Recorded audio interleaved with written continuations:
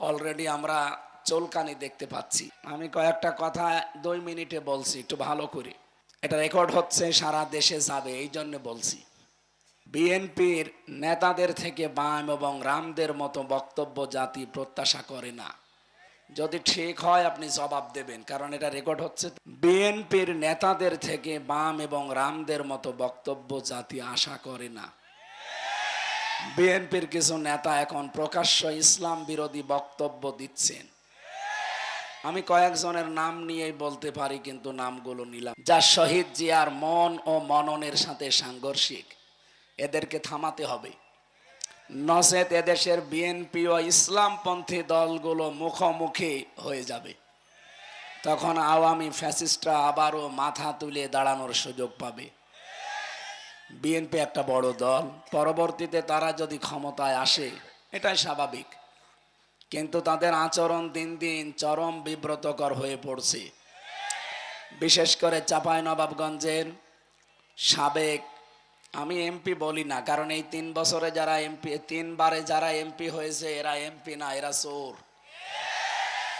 সুতরাং সাবেক এই নেতা হারুনুর রশিদ এবং তার স্ত্রী পাপিয়া, আমার মনে হয় শেষে অন্তস্তয়াকার বাদ দিলে যেটা হয় উনি সেইটাই।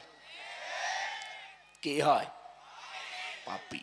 এরপরে কিশোরগঞ্জের জনাব ফজলুর রহমান, আমি নাম নিলাম না পরবর্তীতে আর। গত 2 দিন আগে আপনারা দেখতে পাচ্ছেন বাগেরহাটের মংলার বিএনপি নেতা জুলফিকার আলী, উনি রাজনৈতিক দলের একটা গঠনমূলক নাকি সমালোচনা করছিলেন। এই জন্য বলতে বলতে বলেছেন যে কোরআনে কারিম ভাওতাবাজি। তার মানে এটা বোঝাতে চেয়েছিলেন যে কোরআন, জামাত ইসলাম, শিবির এরা কোরআনের কথা বলে, এরা ভাওতাবাজি করে। এদের এই ভাওতাবাজি বন্ধ করা দরকার। কোরআন দিয়ে যারা কথা বলেন, নবীজি বলেন মান ক্বালা বিহি সাদাকা, এরাই সত্য কথা বলে। সুতরাং আপনি যদি কোরআন কেন্দ্রিক মানুষগুলোকে ভাওতাবাজি বলেন, আল্লাহর কোরআনকে পোকার আনতে, এটা নবীর গায়ে যাই লাগে। এই জন্য তাকে ক্ষমা চাইতে হবে। অলরেডি তিনি জাতির কাছে ক্ষমা চেয়েছেন। আগামীতে এরকম ভুল যেন আর কেউ না করেন। জনগণ মুখ ফিরিয়ে নিলে কিন্তু উপায় থাকবে না, এটা তারেক জিয়ার কথা। কি কথা বলেন না কেন? তারেক জিয়া বারবার সতর্ক করছে, আপনি যত বড় দলেরই নাম বলেন, জনগণ যদি মুখ ফিরিয়ে নেয় তখন কিন্তু বিএনপির অস্তিত্ব থাকবে না। ভুলে গেলে চলবে না, ইমরান খান পাকিস্তানের, এটা তেহরিকে ইনসাফ পার্টি ওনার ছিল। যখন ক্ষমতা এসেছিল তখন কিন্তু উপজেলা পর্যায়েও তার দলের কোনো অফিস ছিল না। উপজেলা পর্যায়ে এমন এমন জায়গা আছে সেখানে তার দলীয় কোনো অফিস ছিল না, কিন্তু পাকিস্তানের বড় দলগুলো তার কাছেই পরাস্ত হয়েছিল। সুতরাং সাধু সাবধান। বিতর্কিত বক্তব্য আমরা সামনে আর কারো কাছ থেকে আশা করি না, বিশেষ করে শহীদ জিয়ার হাতে গড়া এই মাজলুম দলটা। এদের ভেতরে কিছু বাম রাম, এরা দলটা এবং এই দেশটাকে আবার ওই ফ্যাসিস্টদের মতো দাদাদের হাতে তুলে দেওয়ার জন্য গোপনে ষড়যন্ত্র করছে। আমরা চাই এরা যেন থামে, অথবা যারা সর্বোচ্চ দায়িত্বে আছে তারা যেন এদেরকে যেভাবেই হোক থামান। আমরা আমাদের যারা উপরে আছে তাদের কথা যেভাবে অক্ষরে অক্ষরে মেনে চলি, যদি কোরআন হাদিস সমর্থিত হয়।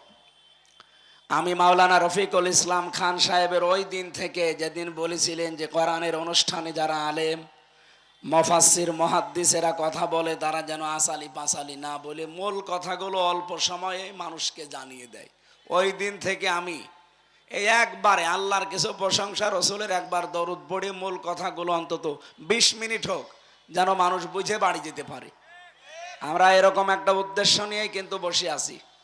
সুতরাং আমরা যেমন আমাদের দায়িত্বশীলদের কথা কোরআন হাদিস অনুযায়ী হলে নির্দ্বিধায় মেনে নেই, এদেশের অন্যান্য রাজনৈতিক দল যারা আছে তাদেরও উচিত তাদের যারা সর্বোচ্চ দায়িত্বে আছে তাদেরকে ফলো করা। ম্যাডাম খালেদা জিয়া মুখে কলু পেটে বসে আছে, একটা কথা তিনি বলে না। এক কথা বলেন না কেন? আর আপনি সে আগস্টের 5 তারিখের পর থেকে আরম্ভ করেছেন আবার সেই ভাঙ্গা বাক্স বাজানো, যে জামাত ইসলাম 71 সালের কাদা এখনো মুছতে পারে নাই। আপনার সর্বোচ্চ নেত্রী খালেদা জিয়া কি বলেছে দেখেননি? যে জামাত নেতৃবৃন্দকে হিংসার বশবর্তী হয়ে রাজনৈতিক প্রতিহিংসার কারণে তাদেরকে এভাবে একটার পরে একটা ফাঁসি দিয়েছে। আপনি কি ম্যাডাম খালেদা জিয়ার চাইতেও বড় বিএনপি করেন? সুতরাং এই কথাগুলো আমি আশা করব যারা এই ছোটখাটো পদে আছেন, ওপরে যারা আছে তাদেরকে ফলো করবেন। ম্যাডাম খালেদা জিয়া মুখে কলু পেটে বসে আছে, তারেক জিয়া একটা কথা বলে না। আর কোন কার সে উটকা ফুটকা উল্টা পাল্টা লোকগুলো এসে দলের একটা বদনাম করে মানুষের সামনে, বিশেষ করে ইসলামপন্থী যত দল আছে তাদের বিরুদ্ধে আপনি নিজেকে দাঁড় করিয়ে দিয়েছেন এই দলটাকে। এটা আপনার কিন্তু ঠিক হচ্ছে না। পরবর্তীতে যত করবেন চালাকি, পরে বুঝবেন চালাকি। এরা কেমন জ্বালা বুঝেছে এই ফ্যাসিস্টরা, আপনারাও শেষে জ্বালা বুঝে আর শেষ করতে পারবেন না। আমরা চাই আপনারাও মাজলুম ছিলেন, 14 দল বাদ দিয়ে আমরা সবাই মাজলুম। আমরা সবাই মিলে দেশটাকে আবার সাজাতে চাই ইনশাআল্লাহ।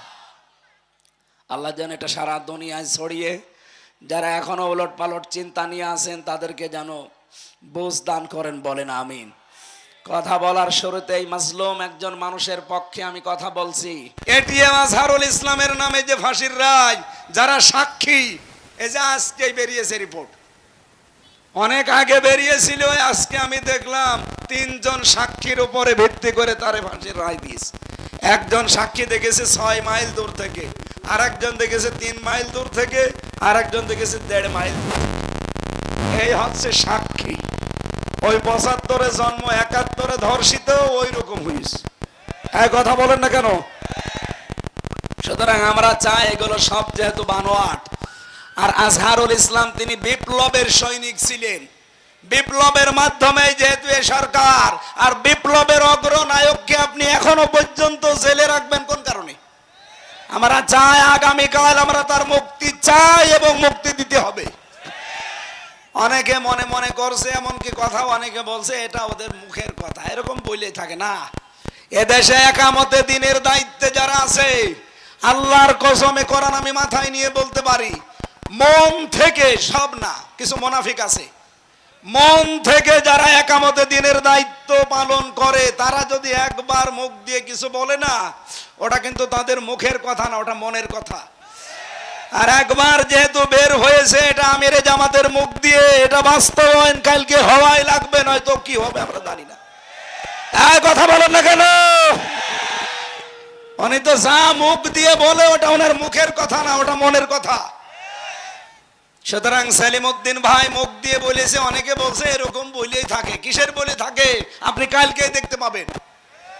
খালি আমরা বলি না, মুখ দিয়ে যেটা বলি ওইটা আমার মুখে এবং মনে এক কথা। আমরা চাই এই অগ্রদূত, এই সৈনিকটাকে আর যেন জেলখানায় পৌঁছতে না দেওয়া হয়। হিংসার বশবর্তী হয়ে এই মহিলা ওনার জীবনটা নষ্ট করে দিয়েছে। আমরা চাই শেষ জীবনে কিছুদিন মুক্ত বাতাসে আল্লাহর এই পৃথিবীটা দেখে যান। কয়দিন পর তো এমনি আল্লাহর কাছে চলে যাবে, এই কথা বলেন না কেন? সুতরাং এই জুলাইখার অনুসারী যারা, তাদের চক্রান্ত কিন্তু ছোটখাটো না, ভয়ঙ্কর। ওরা এখনো পর্যন্ত চক্রান্ত ওই দাদাদের পাশে বসে বসে চালাচ্ছে। যদিও একটা চক্রান্ত এখনো হালে পানি নেয়নি, আর সামনে কোনো চক্রান্ত এদেশে বাস্তবায়ন হবেও না ইনশাআল্লাহ।